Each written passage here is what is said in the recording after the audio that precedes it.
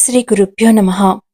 నారాయణుని దేవేరి అయిన మహాలక్ష్మీదేవి యోగలక్ష్మి, వ్యూహలక్ష్మి. వ్యూహమంటే రహస్యమైనది, దైవికమైనది, ప్రణాళిక కలిగినది.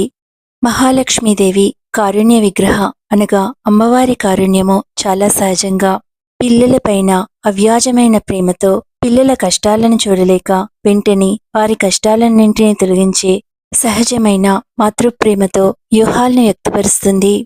పర, వ్యూహ, విభవ, అంతర్యామి మరియు అర్చ అనేవి ఆగమశాస్త్రంలో భగవంతునికి 5 రూపాలు. దైవిక పథకం మొత్తం సృష్టి యొక్క ప్రణాళిక, సృష్టికర్త మరియు సృష్టి మధ్య ఉన్న సంబంధము, సృష్టి మరియు సృష్టిలో ఉన్న జీవుల మధ్య ఉన్న సంబంధము, వీటన్నింటినీ బంధించే మొత్తం పథకాన్ని వ్యూహం అంటారు. మహాలక్ష్మీదేవి తిరుమలలోని 7 కొండలను విడిచిపెట్టి తిరుచానూరులో శ్రీ పద్మావతీదేవిగా ప్రతిష్ఠించబడినప్పుడు వైష్ణవ సాంప్రదాయం ప్రకారము ఆమె స్వతంత్ర వీరలక్ష్మీదేవిగా పిలువబడింది.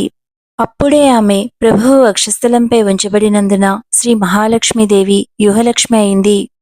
ఆ విధంగా వ్యూహలక్ష్మి తిరుమలలో శ్రీవారి ఛాతీపై కుడి భాగాన్ని అలంకరించింది. అలా భగవంతుని భార్యలైన వ్యూహలక్ష్మీదేవి, పద్మావతీదేవి శ్రీవారి వక్షస్థలంపై మంగళకరంగా ఉన్నారు. శ్రీవారి హృదయంపై ఉన్న ఈ వ్యూహలక్ష్మీదేవి ఎటువంటి స్వార్థము లేకుండా, ఎలాంటి ప్రయోజనాన్ని ఆశించకుండా తనను భక్తితో సేవించిన వారిని, ప్రార్థించిన వారిని అనుగ్రహిస్తుంది. ఈ వ్యూహలక్ష్మీదేవి అనుగ్రహాన్ని పొందాలంటే అమ్మవారికి ఏది ఇష్టమో అలా ఉండటం వల్ల అమ్మవారి పూర్తి అనుగ్రహాన్ని పొంది కోరిన కోరికలన్నీ నెరవేరుతాయి. వ్యూహలక్ష్మీదేవి అనుగ్రహాన్ని పొందడానికి ఆ తల్లికి అత్యంత ప్రీతిపాత్రమైన మంత్రాన్ని పఠించాలి. ఆ మంత్రాన్ని వ్యూహలక్ష్మి మంత్రము అంటారు.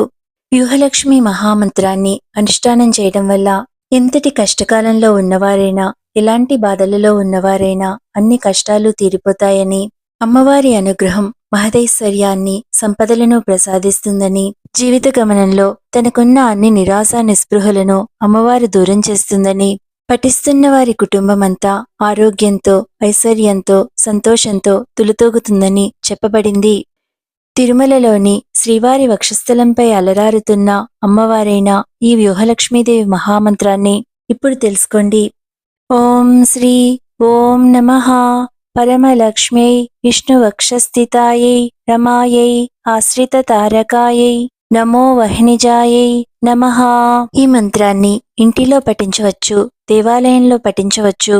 ఈ మంత్రాన్ని శుక్రవారం నాడు తిరుమలకు వెళ్లి స్వామి పుష్కరిణిలో స్నానం చేసి అక్కడున్న ఏదైనా మెట్టుపై కూర్చుని ఈ మంత్రాన్ని 1000 సార్లు పారాయణ చేస్తే ఎంతటి దారిద్ర్యంతో బాధపడుతూ ఉన్నవారైనా ఆ దారిద్ర్యమంతా తీరిపోయి అమ్మవారి కృపను పొంది లక్ష్మీ కటాక్షాన్ని పొందుతారు. శీఘ్రంగా అమ్మవారి అనుగ్రహాన్ని పొందాలనుకునేవారు 40 రోజుల పాటు స్థానంలో ఎటువంటి మార్పు లేకుండా ఒకే ప్రదేశంలో ఉండి ఈ మంత్రాన్ని పారాయణ చేయాలి. ఎలాంటి కోరికలు లేకుండా కేవలము అమ్మవారి అనుగ్రహాన్ని మాత్రమే కోరుకునే వారికి ఈ మంత్రపారాయణకు ఎటువంటి నియమాలను పాటించవలసిన అవసరం లేదు. కానీ ఏదైనా కోరికతో, అనగా కుమార్తె వివాహం కావాలనో, ఉద్యోగం రావాలనో, ఆర్థిక పరిస్థితులు మెరుగుపడాలనో, ఇలా ఏదైనా కోరికతో పారాయణ చేసేవారికి ఖచ్చితంగా నియమాలు ఉంటాయి. ఇప్పుడు నియమాలను తెలుసుకోండి. మంత్రపారాయణ చేయాలనుకునేవారు ఆరోగ్యం సహకరిస్తే తలస్నానం చేయాలి. మార్కండేయ పురాణంలో ఏది చేస్తున్నా అది శరీరం సహకరించినప్పుడు మాత్రమే చేయాలని చెప్పబడింది.